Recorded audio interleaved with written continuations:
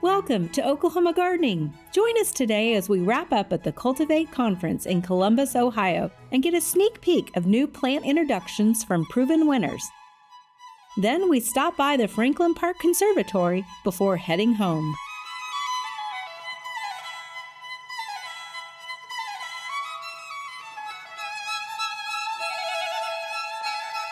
Underwriting assistance for our program is provided by the Oklahoma Department of Agriculture, Food, and Forestry, helping to keep Oklahoma green and growing. Oklahoma Gardening is also a proud partner with Shape Your Future, a program of the Tobacco Settlement Endowment Trust. Shape Your Future provides resources for Oklahomans to make the healthy choice the easy choice. Oklahoma Gardening's 50th anniversary. I love sharing with you guys the cool things that plants can do. People in Oklahoma love their gardens. I feel like this is the people's show. We all know we're working towards the common goal, and that's to produce the best quality television and information for our audience. So here we are with another Oklahoma-based company, Anderson Injectors. And tell us a little bit about Anderson Injectors and what you guys are doing. So we're here selling our fertigation equipment, and that means we're injecting liquid chemicals, fertilizer, sanitizer, and like acid for pH correction into water that's used to water plants. Right. So that makes growing plants more efficient. And a lot of times we don't even realize this is happening in commercial greenhouses, and that it's a made in Oklahoma product. You guys are right, based in Muskogee, is that correct? Correct. All manufactured there and everything? All manufactured in the USA, right in Muskogee. And you got a long history of that. Tell us a little bit about your background there. So we've been manufacturing this type of equipment since 1955 in Muskogee. I'm the third generation Anderson who's been doing that. One of our first horticulture systems was installed right here in Ohio. Oh, really? Okay. So at the OSU Horticulture School. Okay, the other OSU. The other OSU. But speaking of OSU, you're an OSU graduate also? That's right. Yeah, I'm a graduate of the mechanical program. Okay. There's a good contingent of us up here too. Very good, Yeah. very good. And so what does it mean for you guys to be here? I know there's a lot of international audience here. You know, a lot of sales are happening. Tell us a little bit about why you come here and that level of sales. So the primary reason is to meet new customers. That used to be our huge main focus, but we have pretty good market share these days, and there's not all that many new greenhouses or new customers to meet here. So we've kind of shifted, and now the main point of coming to Cultivate is that everybody important in the industry is here in one place. Okay. At one time. So we get to see the people we do business with, we get to see our resellers, we get to see our existing customers, we get to talk to people who we may be able to work with, and see all of our old friends. It's a great time. It's work, but I look forward to it every year. Yeah, absolutely. It's got a lot of energy here, a lot of walking. But one of the things about your company, obviously we have a consumer audience mainly watching our show, so maybe that's not your clientele per se. But we might not even realize when we see your product. I know some of your injectors are on OSU's campus also. That's correct. Yep, some of our smaller models are in the learning greenhouse there on campus. Yeah. And in several other learning institutions too. But And then you also have outdoor application for your product as well, like if row crops and things like that. If you're we do. One of our larger customers are blueberry farmers. They use our equipment to adjust the pH for their the water that they use on their blueberries, because blueberries really like acidic water. Yeah, okay. So that's a very common application for us. And I never even really thought about it, because I think in the horticulture realm, but you also have a lot of applications beyond the horticulture world. Can you share a little bit of that? There are some, we have some customers who inject like soaps into washing solutions. Tyson's one of our customers. They inject chlorine into their sanitation water that they use, and things kind of similar to that. Yeah, and I never really thought about that. So it's so good to know that it's coming right from Muskogee, Oklahoma. Thank you so much for sharing this with us. Thanks for interviewing us.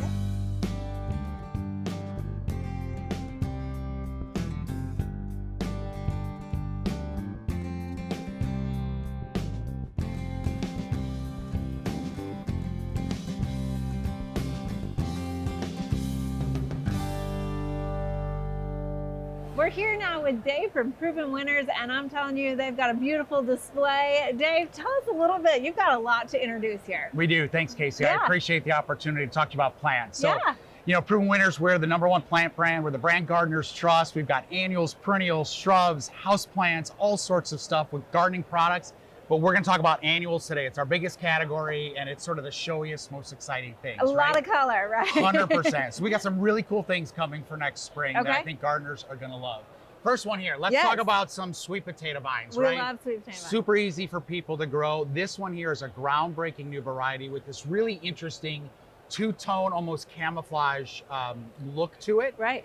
Really nothing like this on the market, where you're getting the dark greens and purples and almost blacks.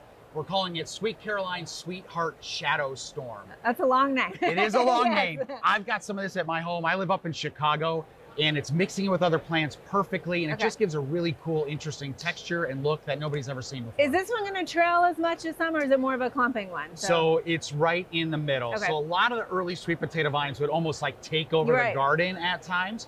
The breeders that we work with have really refined that habit to get a good mix of trailing, but not too much. So it's Gotcha. going to be nice, well branched. So you're going to get lots of stems coming off of it, but it's not going to take over or be a trip hazard. Some of those early ones were literally trip hazards for people. So I'm really excited Okay. about that. All right, what else you Another got? sweet potato vine Another here one. is called Sweet Caroline Medusa Black. And look at that texture. So what's cool, Foliage. this also is a second of its kind. We've got a green version of this. This one's this dark burgundy. It's got this really palmate shaped leaf that's never been seen before in sweet potatoes. Yes. So again, what we've tried to do at Proven Winners, be first to market, be innovative, cutting edge genetics, and this is another example of that. This almost gives you a fern look. You see a lot of fern Yeah, hanging yeah. baskets, but with a much more interesting plant with these colors and textures, but really cool plant here. Yeah, and so in some of the newer growth, you're getting some of that bright green Yeah, so contrast the in there. young Yeah. growth will come out a little bit of that green. It quickly turns to the purple, Very especially cool. in more sunlight. We're a little dark in here in a trade show, but a lot of that really rich, dark purples will come out. Excellent. All right, what else you got for us? Speaking of another unique breeding breakthroughs, caladiums. Mhm. So especially for you all in the South, these Yes. are all bred in Florida. They love the heat. It's one of the few plants in the industry that actually gets better the hotter it gets, right? A lot of plants just start to wilt Yeah. and get freaked out. These Kind of plant actually, them late in the season. so that 100%. They yeah. don't like the cool temperatures, so right. if you plant them at the right time, they're going to thrive all summer. So breeding breakthroughs. This one here is This called one, I love this one. Heart to Heart Midnight Oil. It's the first ever. I thought it was fake at first. Exactly. Yeah. And if you feel the leaves, Yeah. they're really, really thick, Mhm. but it's got this really cool deep burgundy, dark green, almost black. Mhm. In full sun, it's going to get literally almost jet black. And it kind of has that shine like an oil slick a little bit. It's got 100%. different colors in Super there. cool. Yes. This one here is we're calling Heart to Heart Creme Brulee. Again, first of its type with this color pattern, also lends itself to fall. And in the South, where you guys have not the cool temperatures that I have at home, Right. this thing can keep going October, November. Great for decorating around Halloween, Thanksgiving. Yeah, it's got those fall colors in there. But so. again, it's going to take whatever heat you guys can throw at it too. So if it stays hot and like an Indian summer, Right. going to be perfect. Perfect. So, of course, Calibrachoas, petunias have always been on the rage, right? 100%. What do we got new, though? So Super Petunias is our lead category within the Proven Winners annual program. And we've got Super Petunias for all different types of gardens, different styles. This one up here is brand new for this year. It's called Super Petunia Vista Cool Jazz. Now, Super Petunia Vistas, they're our most vigorous petunia. They're groundbreaking in the fact that they both grow up and out at the same time. Yeah. They will fill, one plant will fill a 4x4 foot space. So in terms of value for the gardener, there's really nothing better. And perfect for containers. It's really- 100% perfect yeah. for containers, great in the landscape, heat and drought tolerant, flowers like crazy, never needs deadheading. That's the other great thing about Super Petunias. You're not having to pick those flowers Right. off to keep it flowering.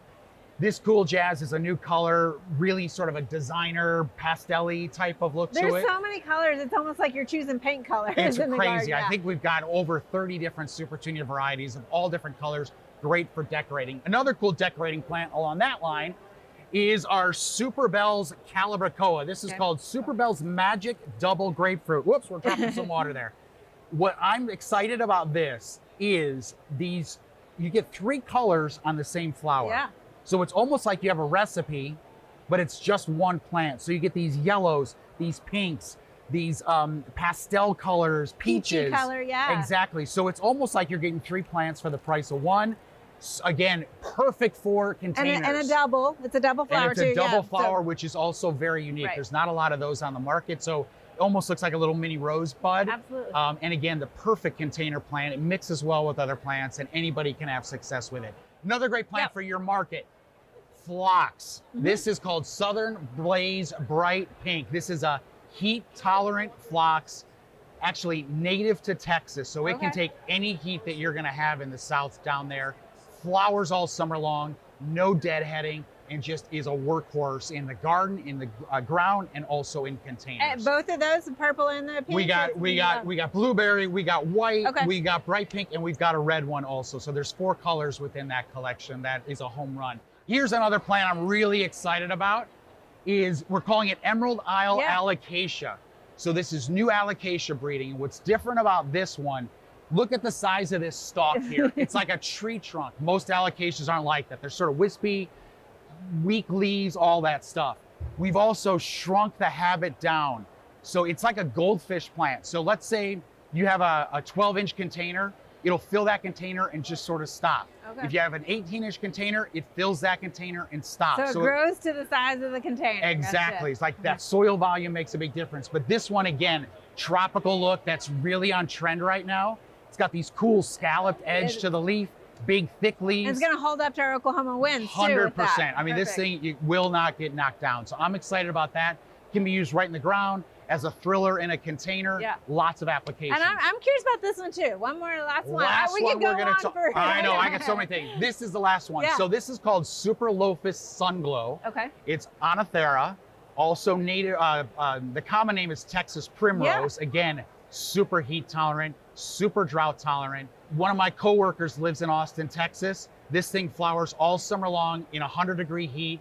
It handles any kind of drought that you want to throw at it. The vegetation is so much smaller than I'm used to seeing, though. And that is why what makes it so drought tolerant. It's not trying to capture a ton of water with those tiny leaves. It's not going to lose it as much either. So bright yellow flowers, covers the canopy of the plant. Monoculture in the landscape, mixing with other plants, really versatile. Superlophus Sunglow. Excellent. Thank you so much, Dave. This is a pleasure. Thank you so much. I appreciate it.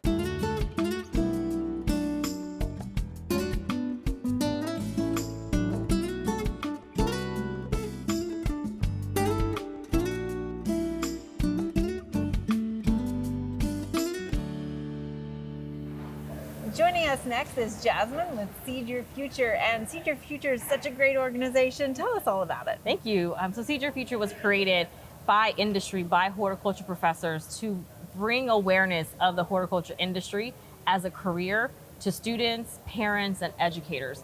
Most people know be a doctor, be a lawyer, but no one knows you can grow these beautiful plants and be a very fulfilling career. So we're trying to get the message out there. Yeah, and there's so much more to just growing these, right? Like the horticulture industry, just coming here, you can see how involved it is. Right, there is from the automation to the soil to the containers, the transportation. There are so many things that you can do. So regardless of what your passion is, you can find a career in this industry. And this is a big nonprofit that you guys have kind of established, and everybody has partnered up to make this happen, right? Because we're looking for the future of who's going to be driving that horticulture industry, right? Yeah, so we have partners that are university professors. We have other nonprofit organizations, mostly industry companies, professionals that are invested in figuring out what does that next generation of horticulture look like. So a lot of these businesses are supporting us by going into schools or setting up field trips and bringing students to their sites, doing career fairs, doing tours of their business with that employer lens of this is who we are as a company, this is where we fit within horticulture, and these are the careers that we have. And I know you guys have a lot of resources and provide a lot of resources to people. Tell us a little bit about some of those. For educators, we have a grant page where we can show them these are all of the grants that they can use to apply for if they need different soil or seeds or if they want to build a garden. For students, we have quite a bit. We have a list of 147 different career profiles that show a description, a career salaries. There's a video that describes a career in the day of that. There's a database of internships. There's a database of scholarships. We list all the 2-year and 4-year plant science horticulture programs across the country. So we're building the awareness of these are the careers that are out there. This is where you can go to school for them. And then we are connecting them with industry professionals where they're located to make that full circle of, and this is how you come into the industry. Excellent. And I know you mentioned some of the resources for educators, and we're not just talking about collegiate educators, we're really talking about that younger group, right? Getting the younger kids involved early.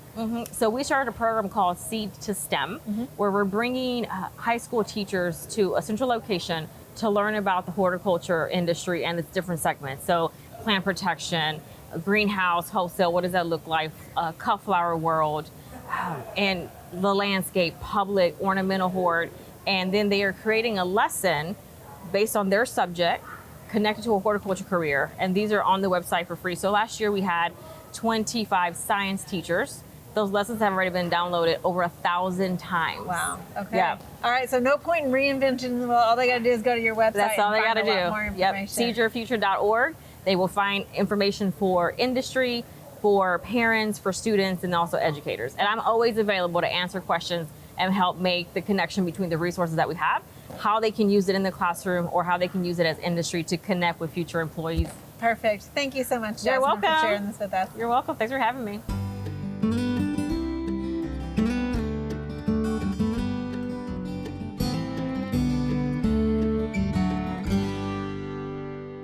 Well, in addition to the fun trips just in the state, you know, to see different gardens and visit with gardeners, we were fortunate enough to attend Ameriflora in 1992.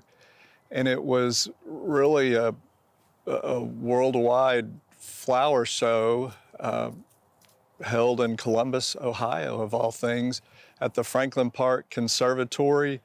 I think it was 80-something acres of just unbelievable gardens.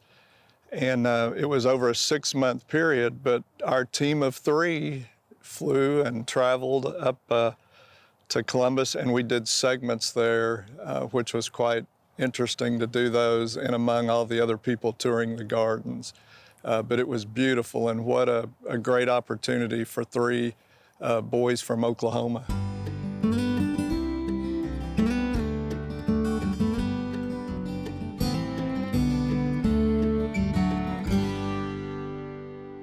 We snuck out of the Cultivate Conference to head over here to Franklin Park Conservatory. And joining me is Chase Williams, who is the Horticulture Manager here, and it's a beautiful garden. It is. Tell us a little bit about Franklin Park. Yeah, welcome.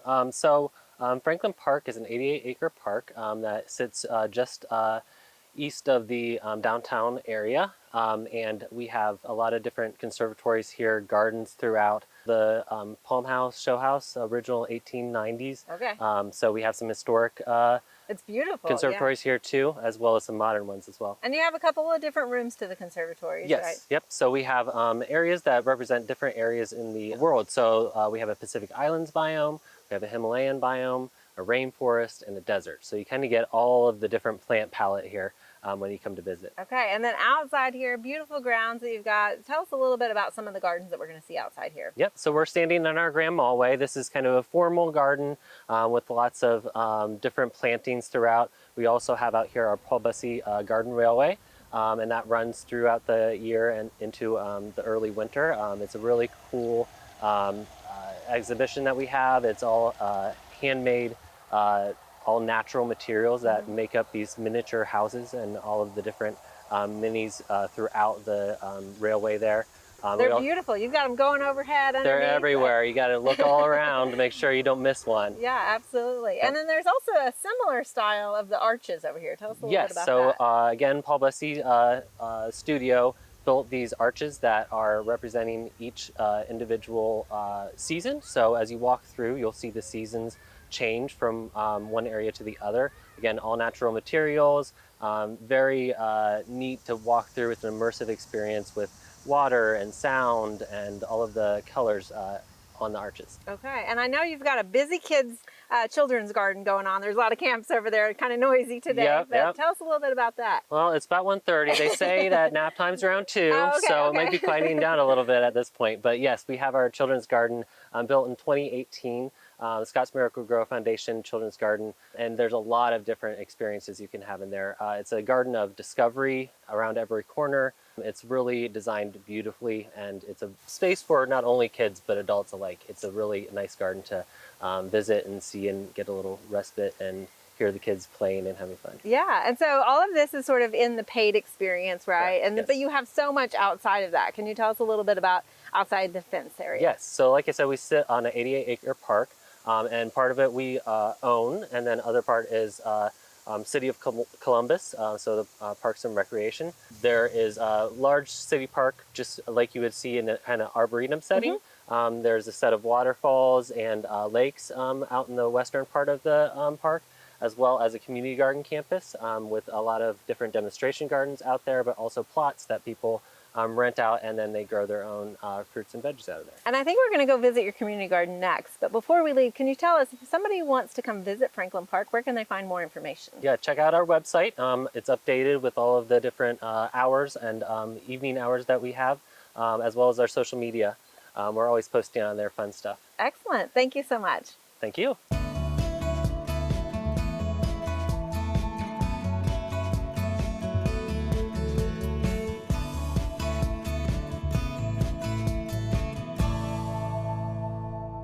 We're now on the Scott's Miracle-Gro Company Community Garden Campus, and joining me is Katie Speicher, who manages a lot of the area around here, but in particular this community garden. It's a huge community garden. Tell me a little bit about it. Yeah, so the community garden campus was installed in 2009. The space consists of 4 acres of gardens. And in this area where we're at, we mix ornamental and edible horticulture together. It's beautiful. Yeah, we've got the pollinators flying around us, obviously, and the vegetables as well. So you have it kind of divided up into themes in each area. Can you tell us some of those themes? Yeah, so yes, like you said, different gardens are designed into different themes. So we have a cutting garden where the plants primarily in that garden are planted to be used as cut flowers. We have a fragrance garden, so that's designed with a focus on like the plant's fragrance. We have in the garden that we are in currently, we refer to it as pottage, but the French term is potager. So kitchen garden. And so this is designed kind of in that traditional pottage garden design where it's incorporating vegetables and herbs, different flowers that you can use for different purposes. Well, you've done it well, and I love that it showcases different ways of growing vegetables, because you also have traditional rows, right? And then, of course, the community garden. Let's talk a little bit about that space where the community actually comes in. Yeah, so the section we're in right now is actually maintained by Franklin Park Conservatory horticulture staff, but we do have plots in one section of the community garden campus that community members can rent out and grow vegetables or flowers, so they maintain that space. And then you've got a lot of different programs, outreach that's happening, not only here, but also beyond. Tell us a little bit about some of those programs. Yeah, so within the community garden campus, it's kind of the home for a couple different programs. So we have our Teen Core program. They actually have a garden within this space as well. Teen Core is a summer program for teens and teaches them different life skills and work skills with a focus on urban agriculture. Okay. So they actually have a garden space that they maintain. Then they'll harvest that produce and sell it at our farmers market that we host weekly on Wednesdays. Okay, and so some of your staff help with that Teen Core program and educate them about gardening, or? Yeah, so our education and community outreach department are the ones who run the program, but then they do rotations. Okay. And so they work with horticulture staff twice a week during their program. Fabulous. And then also tell me a little bit about this outreach program where you've got kind of a cooperative of other community gardens, it sounds like. Yeah, so we have our program called Growing to Green, and that is a program that provides tools and resources and education to different community gardens throughout Central Ohio. So they help to establish those gardens. Well, Katie, thank you so much for sharing all of this. It's just a beautiful garden, and you could spend all afternoon really looking around here. So thank you. I appreciate it. Yeah, thanks for coming by.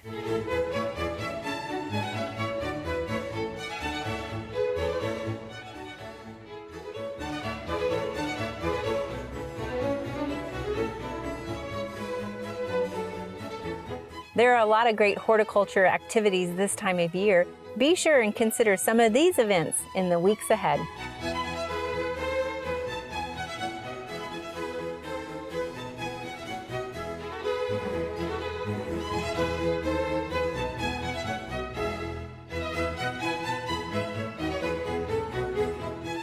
Next week, we'll be back in Oklahoma with another great show you won't want to miss.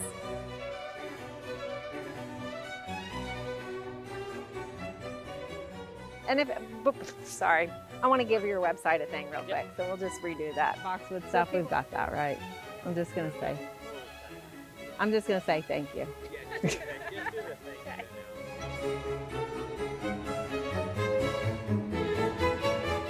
To find out more information about show topics as well as recipes, videos, articles, fact sheets, and other resources, including a directory of local extension offices, be sure to visit our website at oklahomagardening.okstate.edu.